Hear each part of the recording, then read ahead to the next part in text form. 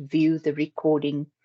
May I ask, just by giving me a thumbs up, to just tell me, can you hear me clearly and can you see my screen?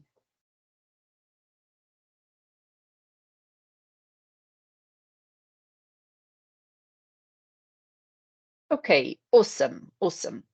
So permit me to welcome each one of you to the session this morning. I see we're missing about 3 students, but let's just proceed, and they might just pop in a little bit later. If at any time you want to ask something, I will be taking questions at the end of the session. It shouldn't be a very long session, but you are welcome to pop your questions into the chat, and then we can take the questions as we complete the session. So this morning session is important because we have to consider the FI concession coming up. You have all been identified as FI concession students. What this basically means is that you have either 1 or 2 modules left to complete your entire qualification. So the university grants you an additional examination opportunity, which is known in some universities as a chancellor's exam, and in our university it's known as an FI concession.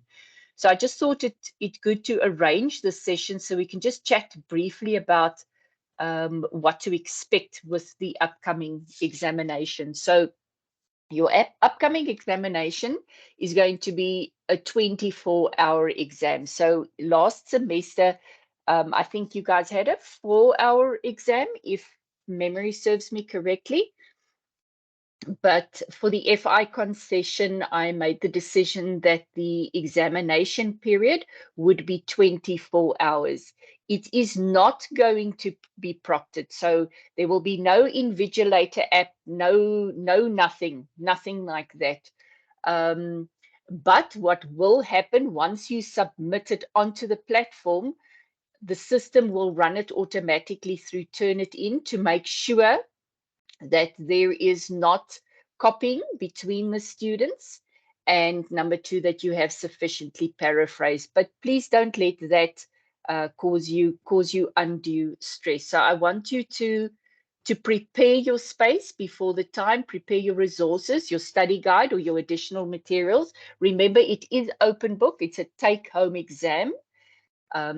So you're going to log on the morning of the 23rd of August. The system will open at 8:45. You can also log on anytime after that. And then you download the question paper, then you can log off. Then you answer the questions. And then once you are done and you are ready, you log on again and you upload your question paper, pretty much like you did in the exam, with the exception that you have much more time. I want to strongly emphasize the importance of reading your questions carefully. In this exam that has just passed, it was one of the biggest contributing factors to why some students failed terribly and why others didn't do as well as they would have thought they would do, because they simply did not read the questions carefully. Another contributing factor is that students didn't paraphrase. They copied directly out of the study guide. If I take the one question about the cell phones, and if they copy directly out of the study guide, they will get something like 4 out of 10, which if you do that with every question, you are not going to pass, because you have copied, and I cannot see any form of engagement in an answer like that. And then the emphasis that I placed on referencing throughout the semester came to fruition in the exam, but so many of the students simply just did not reference. And I actually lost count how many students, if they just referenced, they would have passed, but failing to reference caused them to actually fail the module. I want to pause here a moment quickly, and I'm going to ask at this stage, are there any questions in terms of these aspects?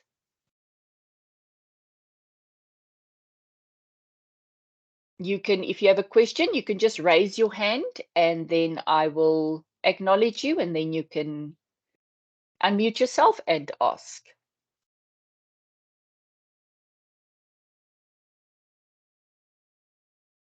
Any questions at all?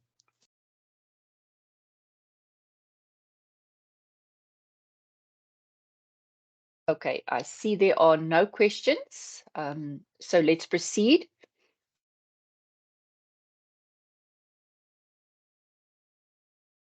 It's very important that you complete the online declaration of the work that you are submitting to state that it is your own work. And I also want to emphasize the issue of plagiarism and the use of artificial intelligence software like ChatGPT to assist you with the exams. You are not allowed to do that.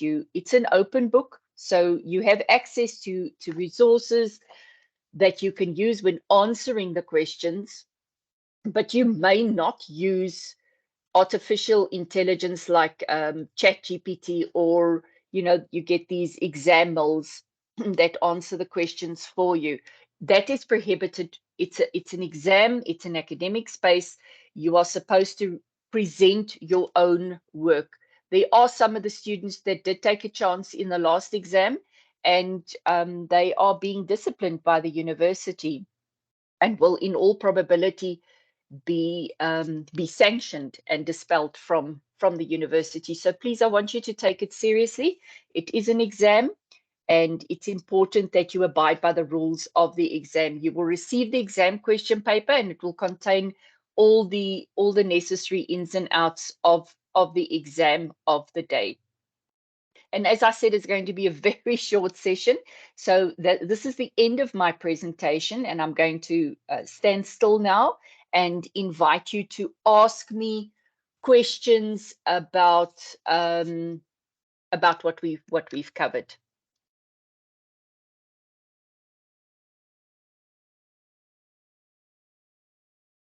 I'm sure all of you joined this morning with certain expectations. So talk to me about the expectations. Talk to me about the questions you had in your mind as you started preparing for your exam. And let's see if we can address those questions and those issues.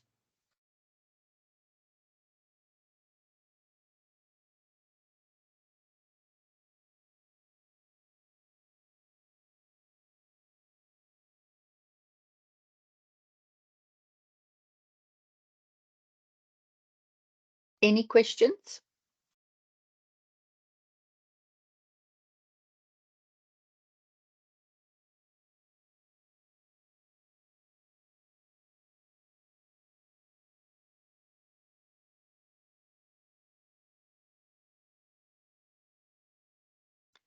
Okay, if there are no questions, I think what I should do is I think I should just take the last semester's exam, and let's run through that quickly, just so that we can get an idea perhaps of what you may be expecting in this upcoming exam in terms of layout, but not in terms, obviously, of content. So let me just open the exam.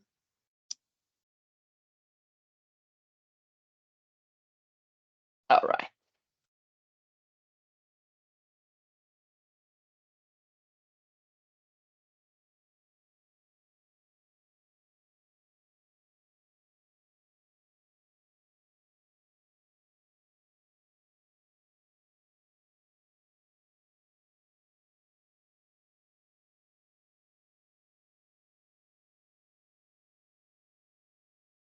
All right, so this is last semester's exam. You would all, no, I see this is May, June exam. Yes, this is May, June exam. Sorry, we're in the second semester. And there were all the instructions. I'm sure you all are very familiar with this. As I said, the FI concession will not be proctored, but everything else is going to be pretty much the same. You're going to log on to the exam site. You are going to download your question paper. You can then log off answer your question paper, and when you are ready to upload, you log on, you upload, you tick the necessary declarations, and then you then you submit. Make sure obviously that it's the correct document and that your PDF document is not password protected. Now, last semester's exam was based on this case study, and one of the primary contributing factors why some students outright failed is they did not apply their answers to the case study. For example, question 1, answer the following questions using the information from the case study above. Is it possible to determine the geographic location of Ms. McKeezy at the time of incident through her cell phone? Substantiate your answer. So based on the case study, you were supposed to answer this question. But there are two things that I want to reinforce quickly. If you look at question 1.5, based on your answer to the previous question, what would an analyst be able to prove after analyzing the data supplied by the network provider? And in the study guide, there is a bullet list of what an analyst is able to provide. Now, if you gave me that bullet list, you would have got 4 out of 10, depending on how many bullets you mentioned. If you, however, linked each relevant item in that bullet list to something that happened in the case study, in your own words, that is where some students really did well and scored good marks. As you see, 1 mark is awarded for the reference to this answer. Okay, question 2, we talk about surveillance and the advantages and disadvantages of conducting surveillance. Now, this isn't a CCTV camera. This is where you physically conduct surveillance through using people. So this question, some of the students misunderstood, and they spoke about surveillance cameras. Question 2.2, the students didn't do too badly. Question 3, some students did fairly well. Some simply didn't answer the question provided. If you look at the question, it starts with a statement to say a polygraph examination is considered by some as an effective investigative tool and by others as pseudoscience and therefore unreliable. Using the information provided in the case study, discuss why a polygraph examination of Mrs. Malan is a suitable investigative tool in the context. So that is where you have to situate your discussion. Now, look at the following. In your discussion, explain what a polygraph examination is. So there's your first key. So you're going to have to explain what a polygraph and what a polygraph examination is. And then justify why conducting a polygraph examination of Mrs. Malan would be considered a viable strategy. In other words, the advantages of doing it. What can you gain out of doing this? Then look at the further explanation. Provide evidence-based reasoning to support your argument. In other words, out of literature at the hand of the case study. Addressing the laws that directly regulate the use of polygraphs. You will recall the class we had in which this was discussed, and it was also uploaded on the module site. Potential benefits also in the case study, also in the study guide. Limitations, there are limitations, and ethical considerations. All of this is in the study guide, but it's almost as if the students were unable to unpack these as separate elements. Again, there is a reference needed there. Question 4.1 provided all sorts of challenges. In the study guide, you read that every touch leaves a trace. That's the low card principle. Identify the forensic principle that's associated with the quote, every touch leaves a trace. And so many students discuss the Lochner principle. The low card principle is the principle that started everything, where every touch leaves a trace. Now, unfortunately, because the first part of the questions of the exam covered cell phones, I think that confused a lot of students. So please make sure you read the question carefully. Question 4.2 similarly caused all sorts of challenges because students did not identify the unit that is tasked with the function, explain whether they may or may not become involved, identify the types of evidence, explain how the principle you identified in 4.1, the low card principle, is applicable here. And because some students identified the Lochner principle, they then went on and discussed cell phones. And then you were supposed to provide clear and concise explanation of your reasoning and provide examples where possible. So that was your examination in a nutshell, and where some of the students went wrong. Another area where it was challenging, I said, is lack of paraphrasing, copying directly. You have 24 hours to do this exam, so there is no rush. And referencing, correct referencing. The correct referencing has been given to you. You have been provided with examples of how to reference in your study guide, in your feedback tutorial letters. So at this stage, there should not be a challenge in terms of referencing. Okay, I'm going to stop sharing and now again invite questions.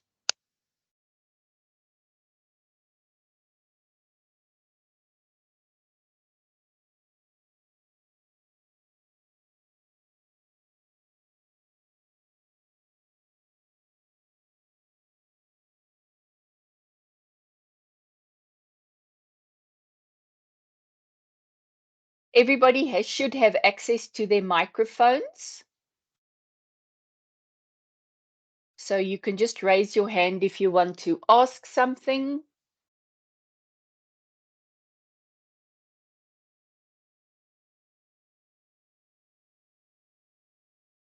I want to encourage you to ask the questions here, so that we all can benefit from the discussion.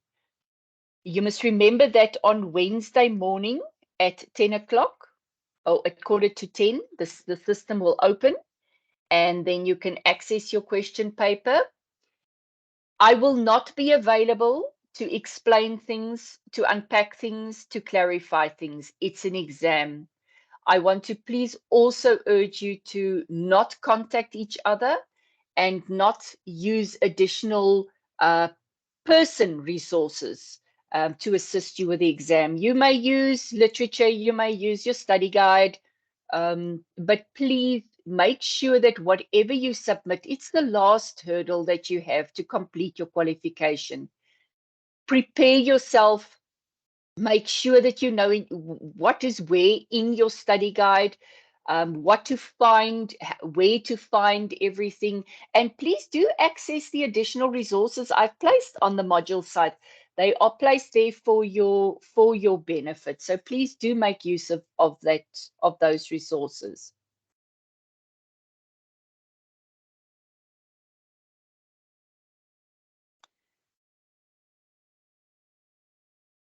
Please also note that the system will close at 10 o'clock on Thursday morning.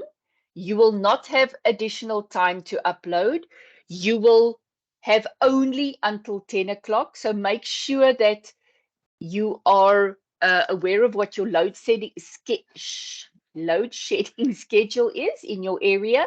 UNISA will not accept the excuse of it was load shedding, because you have been given sufficient prior warning. So please do make sure of that. If you have a crisis, if there is an absolute challenge, you must communicate with me via your My Life email account. I cannot engage you on WhatsApp. I cannot engage you on Telegram. Please only My Life email, and email me directly.